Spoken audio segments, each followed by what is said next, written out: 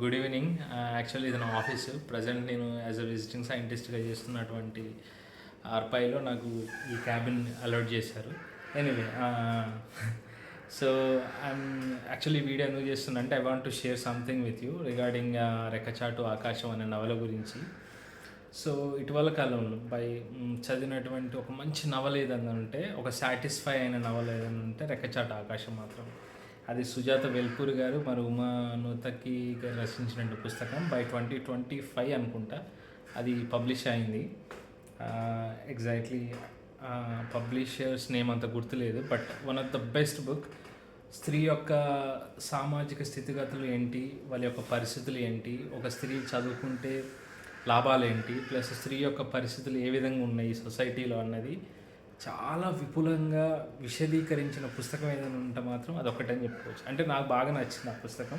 Especially ఇండోజీనియస్ problems ఏదైనా ఉండే ఒక ఫెమినిగా అది చాలా క్లియర్గా క్రిస్టల్గా నాకు అర్థమైంది.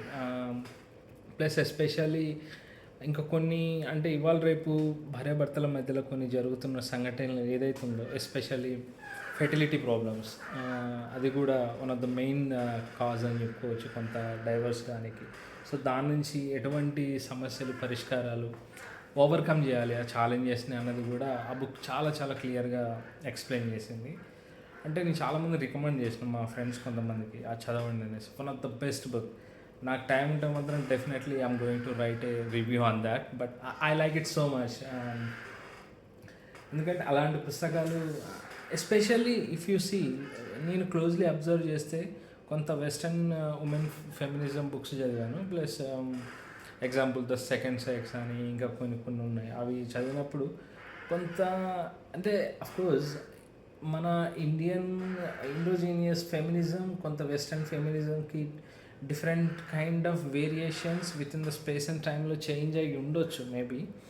కానీ కొంత ఇన్డెప్త్ అనాలిసిస్ చేసినప్పుడు మాత్రం we can bring out some good feminism philosophical ideas అనేది మాత్రం నేను బిలీవ్ చేయగలుగుతాను. అంత అంత బాగుంది. అంటే కొంత ఆలోచన అనేది రేకెత్తించినటువంటి పుస్తకం రెక్కచాటు ఆకాశం. సో దాంట్లో ఎస్పెషల్లీ నాకు బాగా నచ్చింది ఇందిరా.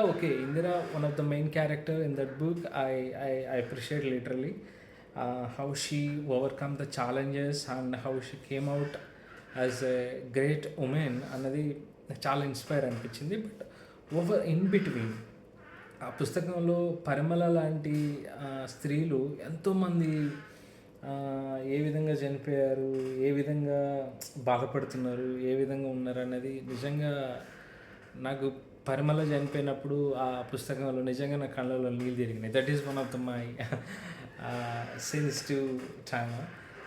సో అట్లే చాలా చాలా బాగుంటుంది. So I strongly recommend that book. If anyone interested, go forward and read it and write about that. One of the best book if I say. So I'm going to write a review on that book, but I'm not sure I will write in Telugu or English or Italian, maybe, I don't know, let's see, but definitely I will write on that. So thank you Uma Nutaki garu and Sujata garu. One of the best book. I hope look forward to your best books. Thank you. Ciao.